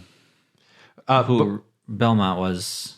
But getting to your He point, was another famous actor. He's not just Belmont, though, is he? when I was playing this game, Well, what I thought was the charm of it was this is such an Xbox 360 game. Everything about it was like, No, yeah, that's what I was saying. that's what I yeah. liked about it. Yeah. Yeah, I mean, it's like it's of its time. It's got like button prompts and like shitty little like Oh, those quick time QTEs. elements. Yeah. So like the ring, and then once the ring kind of closes into the center ring, like it was just kind of Timing that out. That's what I was enjoying. I'm like, this is not a game they make anymore, and I thought it was interesting. They know not to. You know what stood out for me was the shaky cam of it. Like the shaky cam was kind of the thing. Oh, when you the said shaky. Yeah. Oh my God. The Yes. Gears I of never War even did that. thought about. Oh my God. It's Gears just, of War kind of like did that with the roadie run, and because I played this last week, and I was like, God, it's so hard to kind of focus on something, especially once you start getting into the combat moments. It's like shaky cam, and especially those quick time elements, the camera gets so much worse, and it's like it's just jarring. Yeah. It's another example of when games were just trying to be something that they aren't. Like, I mean, think of Last of Us with shaky cam. That could have been a choice they made. Yeah. They rightfully just kept the camera steady and said, Thank like, listen. God. Yeah, right. I mean, like, think of even like, but around this time, you had things like The Hunger Games. And The Hunger Games was like one of the most popular movies in the world, but it was shaky cam the entire time. And I remember being there with my ex and just going like, I can't watch this anymore. Yeah, it's even. I mean, and that's one of those things when if you go to a movie theater, it's so much more disorienting because it's on the big screen. If it were a documentary, I'd be fine. But like, because you can't control that, you're documenting stuff. But you made the literal choice to make this seem like Jennifer Lawrence's acting is better when you can't see it. Ouch! She's actually fine. She's probably a decent person. She's actually really good in that movie. But yeah, I get it. Mostly a bad joke. My experience, I played this game for maybe 5-6 hours the other day. I really enjoyed it for what it is. I beat it in its entirety. I like the replayability of it because there's a lot of things and secrets you can kind of miss, so you can actually go back at any time throughout the story and revisit them. Yeah, find all the life gems or even like explore a little bit more because every area had branching paths, but like for the most part you can want to find steamroll everything through it. Yeah, gives you a good reason to go re-explore things. This is also proto Bayonetta, is what I want to call it. Now, if Gabriel Belmont, if he was wearing the same outfit as Bayonetta, I would have liked it even more. I already told my wife I'd leave her for Bayonetta. What a strange thing to just bring up. Like you're sitting there, just so you know, I would leave you if Bayonetta was real. I mean, I would. I told her, and it's fine. Yeah, she agrees. I was just told by my wife that she would leave me for Nathan Drake. That's Tom Holland? No, like we're talking like Uncharted. Like, so you're talking Tom Holland. He's no. Did they make games based on that movie? Yeah, they did. No, we're talking like video game version Nathan Drake. Spider-Man. I was like, okay, all right. This is the best-selling Castlevania game of all time. Really? I believe it. Yes, it is. Yep. And it has DLC called Reverie and Resurrection. Takes place after the main game, but before the epilogue. Great. Yeah. We need your money. Yeah, right. Otherwise, we are gonna fucking make casino games till we die. And they did.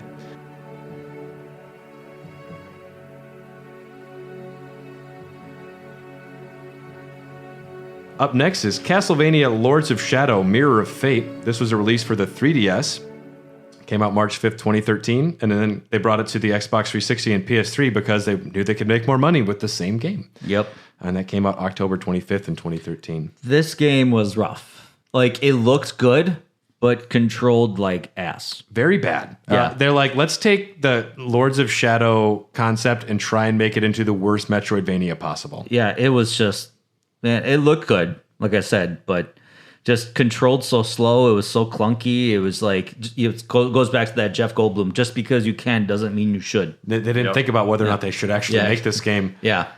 But Konami said we need money. Yeah, exactly. We need to make a new Castlevania game for the 3DS. I couldn't last. I think that was the only official 3DS Castlevania game. Yep. Yeah. And I only lasted 30 minutes. I tried, and it was that bad. It really was. That takes us to Castlevania Lords of Shadow 2.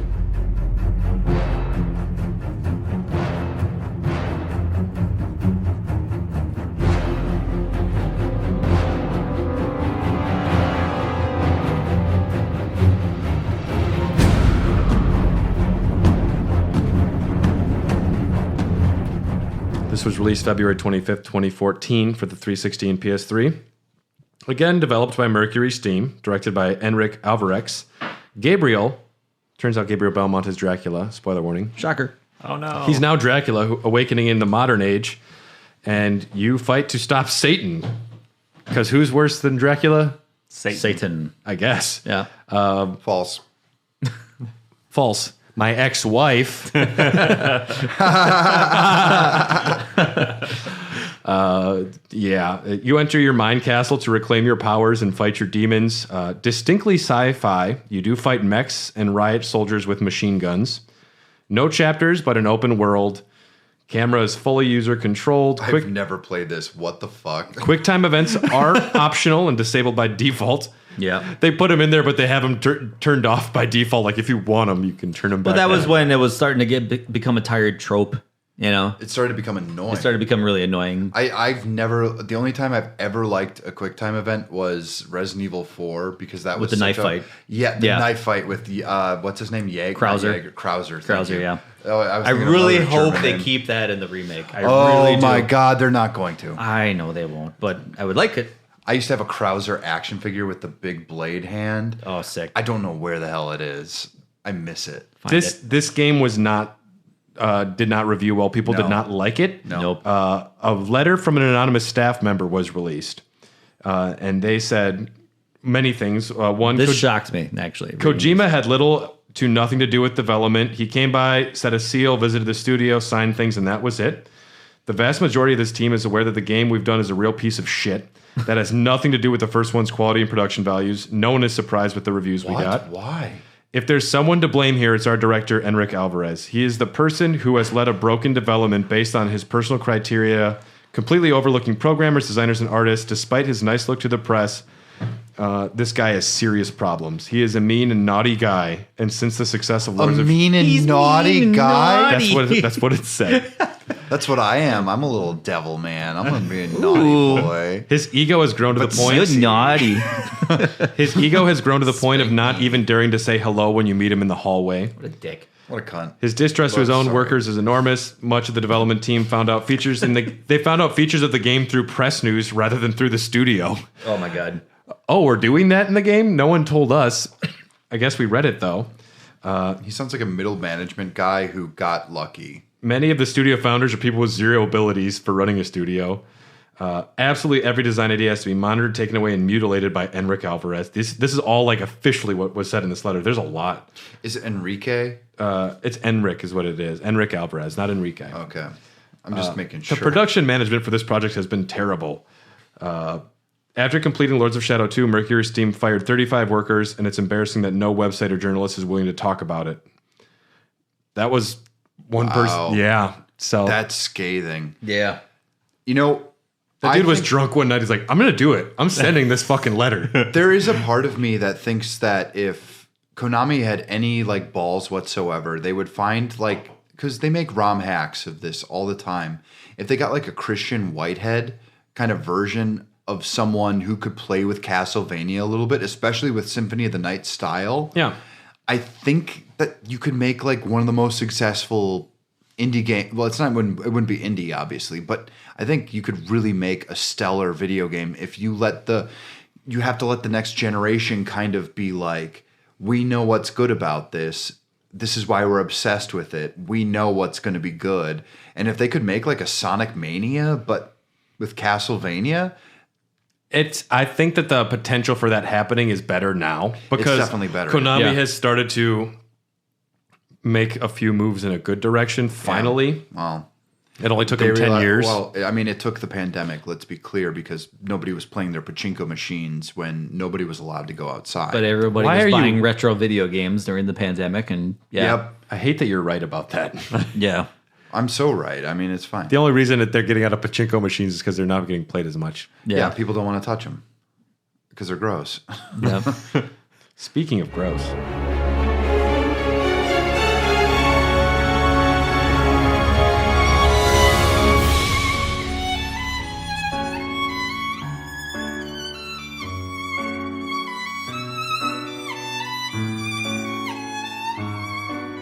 Castlevania Grimoire of Souls came out for the iOS September 17th, 2019. Wow. I just searched on the iOS. It's not even on the store anymore. Delisted now. Delisted, yeah. Is it delisted on Google Play? I would say the only Castlevania game you could play on the iOS is Symphony of the Night. This is fucking kidding. Yeah. Whoa. This isn't available anymore. Ayami Kojima did do original art, and Michiru Yamane composed the score. Arikado must enter books with Castlevania history because of dark stuff. That's right. We're doing Kingdom Hearts. Jiminy Cricket goes into the book game. I forget the name of it. Coded. It is coded, yeah. RE coded. Yep. Oh man. This game Like can recoded, be. get it? I get it. This game can be thanks. co-op. Features glad. 4-player multiplayer modes, in-game currency, and microtransactions. Oh, boy. Wow, Motherfucker. this sounds horrible. Yeah. It is. Yeah, To be that sounds delisted bad. after less than 3 years is astonishing. The story is okay. We'll talk about that in the timeline one. Oh, no. Oh boy. And that's all of the official releases of Castlevania games. Sure. We do have some canceled ones. There's not many, so we'll go through them quick. Castlevania 32X, we mentioned that with Symphony of the Night. The Bloodletting. Canceled between December 1994 and October 95. If you want to hear more, check out the Patreon episode. There is Castlevania Symphony of the Night for the Gamecom, the game.com. That one was canceled. We don't know if it ever really existed. There's a few pictures that might be fake. Sure. Castlevania Resurrection for the Dreamcast. Canceled in March 2000. This one's interesting. This was going to be a launch title, to be developed by an American team. The game was canceled, though, due to doubt in the Dreamcast. That's what makes me so upset about the Sega Dreamcast. I hate talking about the Sega Dreamcast. It was ahead I of its time. love the Sega I know, Dreamcast. it was ahead of its time, but no one had faith in it. They It makes abandoned me that so thing. sad. They Can I abandoned ask it you- quick. Yeah, they really did. Like, I think within 2-3 years. There people Yeah. still can't get Yeah. a PS5, and it's been like the Dreamcast died quicker than like the PS5 people can't I know. get it. Yeah, right. I still can't get a PS5. I don't have the money for it, but still, I'd like to try. You have to one. actively get out there and like hunt. You for find your ass PS5. up there, you Yeah. find that fucking Yeah, PS5. right. And I'm sorry, I just got Deathloop on the Xbox Series X. They're not giving me a lot of reasons to want a PS5 anymore. There isn't. Yeah, There's no real reason to stick with that. I heard really they're wanna making play, they're like- making games off of that Tom Holland movie though. Really? Uncharted. Spider-Man? Wow, good. They're making new Uncharted games with That's Tom great. Holland in I it. mean, like Uncharted That's was weird. a fun ROM. That's not true. I hear they're Okay, I giving was gonna Sully. say, I I hear don't- they're giving I don't Sully a love that. mustache though. Yeah, it's Motherfucker it's- was supposed to have the mustache. dude. Damn it, Mark Wahlberg. It's played by that guy from Wahlburgers. Donnie? Yeah, Love Wahlburgers. Donnie Wahlberg. Donnie Oh, you mean Boy. the guy who beat up a Vietnamese man? Was that Donnie? Yeah. Castlevania Resurrection was No, it was canceled. Canceled the same day that Sony gave it an official announcement for the PlayStation 2. Jesus. Wow. Also, interesting to note, Pinky and the Brain was canceled by Konami the same day. Damn. Sorry, Pinky and the Brain. Oh man, that game would have been. Would have changed the face of Yeah, gaming. it really would have. This fully 3D game would have taken place in 1666 at the time of the London fires. Oh, that's dope. It would have That's a good starred set. That would have been cool, yeah. would have starred Sonia Belmont from Castlevania Legends, who has to. That's what it was. She gets sent in the future because the current Belmont Victor is a whiny, I don't want to be a Belmont bitch, and she has to come and save the day because That's cool. That's That's ahead of its time. Too. April 4th, 2021, a video was uploaded of a playable demo that had never been seen before. 5 fully playable stages with enemies and hazards were revealed. The demo is available to find now if you look a little bit. Oh fuck. Which is cool. But it very might much look that up. it very much looks like a 3D Castlevania that didn't like before Lament of Innocence. It kind of looks like that. Okay. Akumajo Dracula is the only thing we have for the TGS 2008 project. This would have been a new 3D Castlevania starring Alucard, developed by Igarashi. Planned title for the 360 and PS3. There was a teaser trailer just showed Alucard, and he was hoping that would be enough to get people excited. Well, this is also why you don't hype video games that early. You just don't do it. Yeah. Yeah, this was the first attempt to reboot the franchise prior to Lords of Shadow. And there is one other game that was most recently canceled, a new mobile Castlevania game. Upcoming mobile game developed and published by Shenku Games for the Chinese market. In the middle and late 19th century, nearly 100 years have passed since Alucard and Richter Belmont defeated Dracula. During this period, Dracula was summoned to resurrect several times, but mankind has prevailed over and over again. There was a fair amount of art. You can see some videos of it. The only thing that I noted as being cool is there's a Dampier vampire hunter named Elvis. I put he's named Elvis. He's named Elvis. That's your note? Yep. That's a good note. And it's not bad. He's the new Alucard. He's named Elvis. Do you know Elvis spelled backwards is Dracula? Damn, really? Yeah. Yeah. It's weird. Don't the letters aren't the same. The letters are different. I thought it was Sivle, but I guess I'm not really good at phonics. What's Sylvain? English is hard. Like, what's Sylvain in Transylvanian? Dracula. There we go. Oh, it is. There we go. go. And we've come full circle. Yep. There's some spin-off games. Kid Dracula.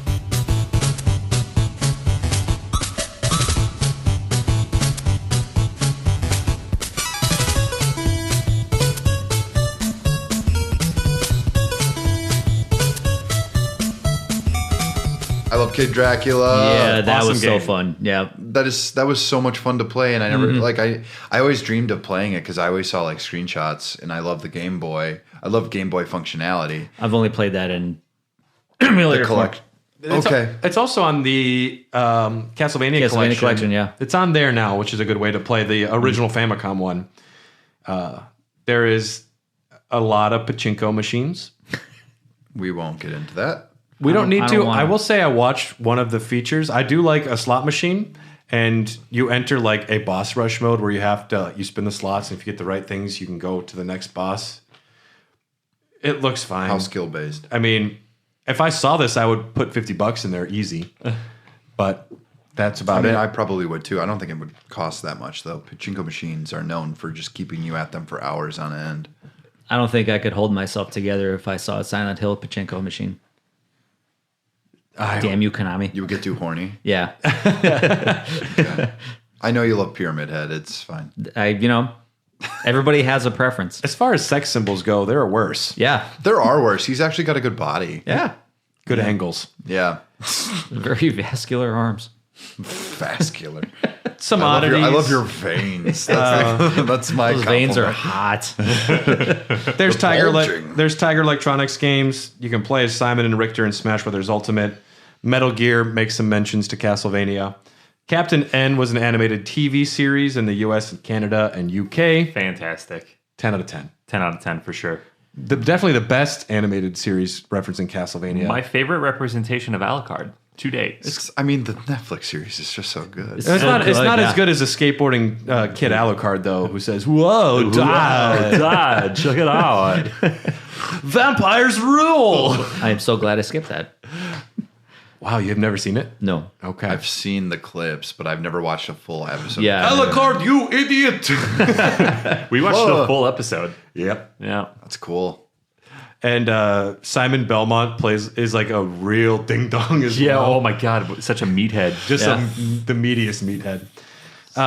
And then there was a Netflix show. That's the last thing that we have to talk about, which is fantastic. Fantastic, yeah. It's absolutely phenomenal. So good, yeah. That first season was a little rough, but they were doing it on a budget, and it was 4 episodes. It was meant to be they wanted to do 3 movies essentially. Mm-hmm. And that would have been like the first movie. There would have been a second one and then a third one. But when it got the huge reception, because people were like, oh, I remember Castlevania. They walked into it and they were just like, oh shit, like something's going on here. Mm-hmm. The first season is just a movie.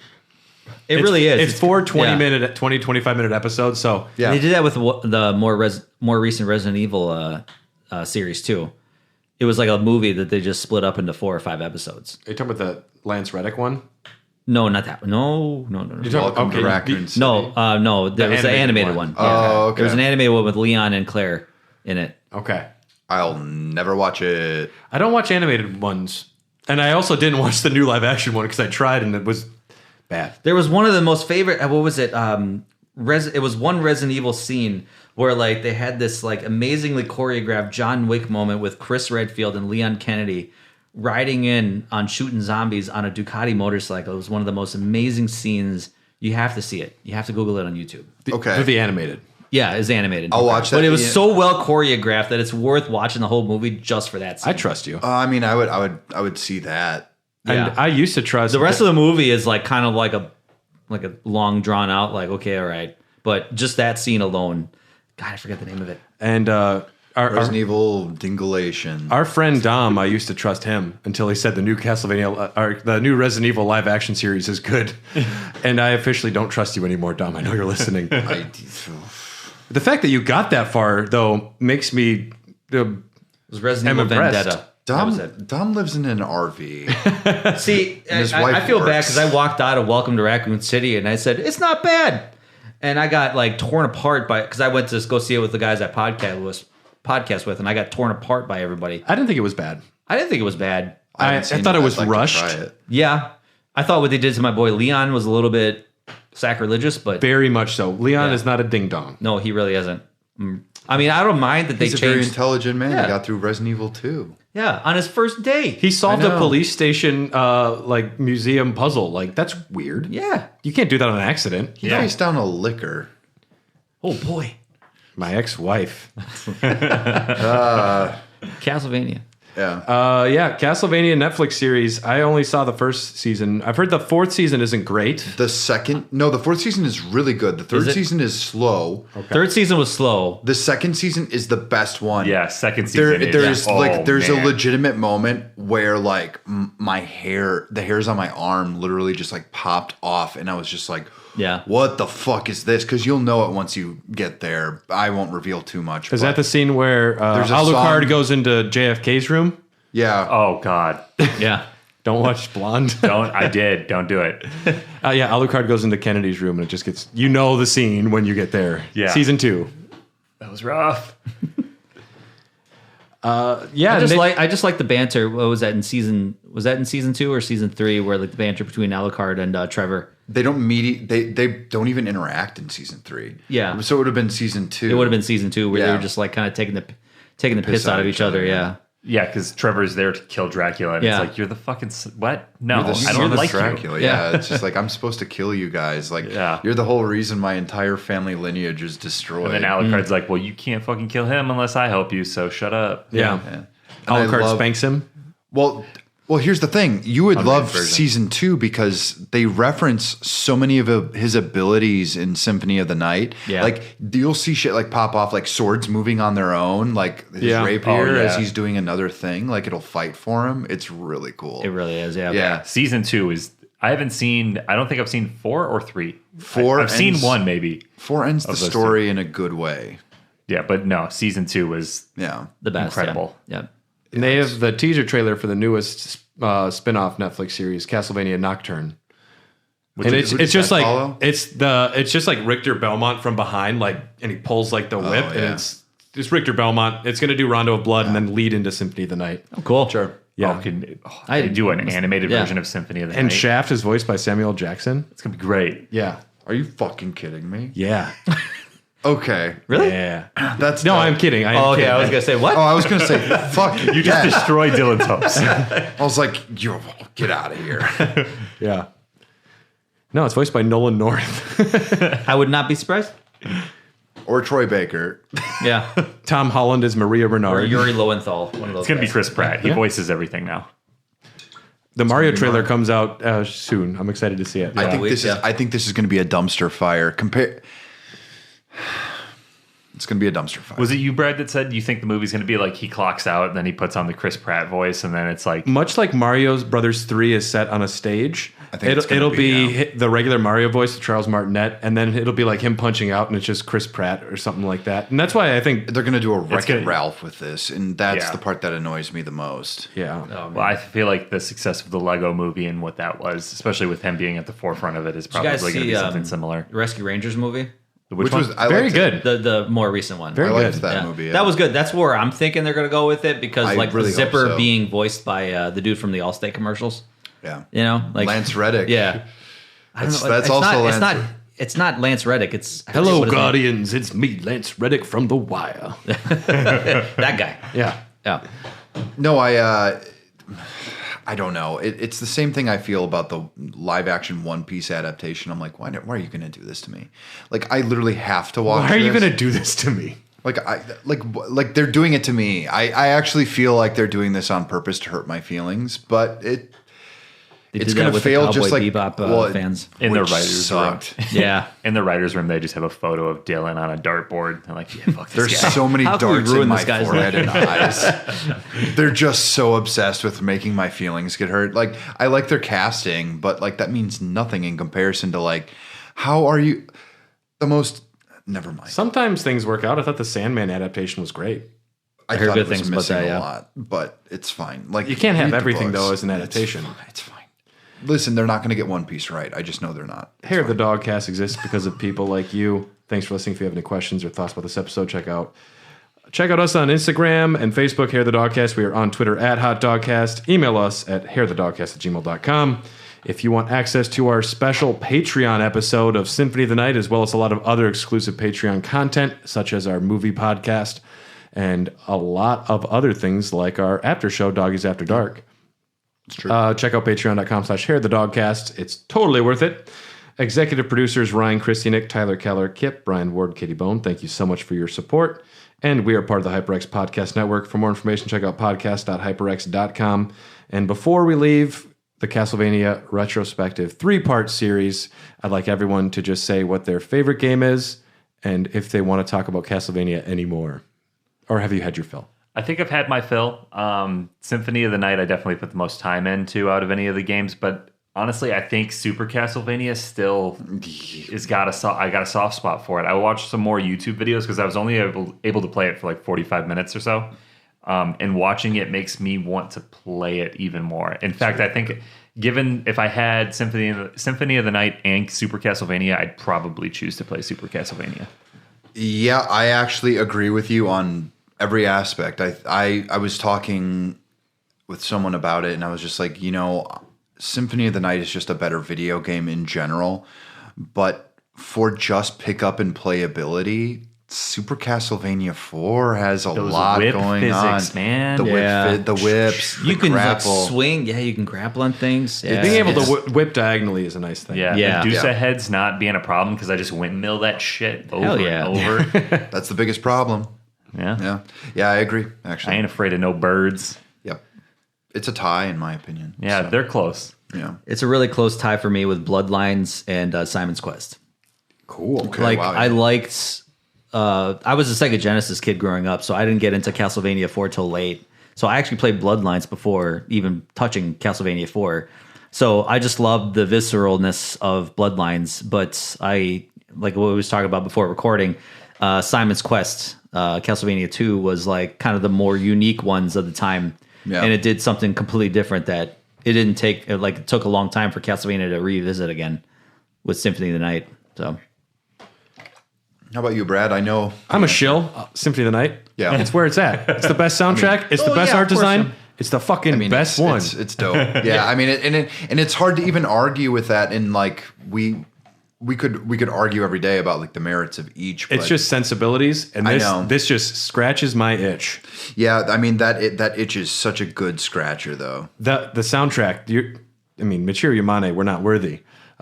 Truly. Truly, that soundtrack just goes so hard, and I think that's probably one of the best things about the entire franchise. I love horror as a theme. I like movie monsters. I like gothic shit. I love the music.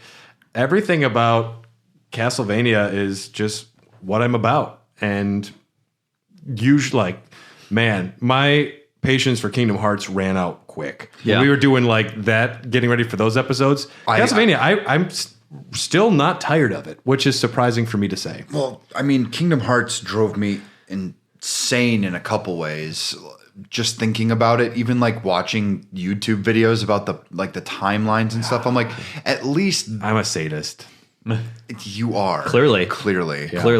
Yeah, with Castlevania, it's as easy as like man fights monster. It's really just like if you Barbarian wanna break fights it down- monster, sexy goth boy fights monsters. I'm in. Like either way, Sign me fun. up. Like, Look it's- at this yeah. sexy boy, guys. Look at this Ooh. Leon. that guy's never seen sunlight. No, he has not. And also, I didn't realize they had lesbian hair salons in Is that guy the host the of 1000s. what's the name of Ellen DeGeneres' show? Because I've seen that guy on there. Ellen?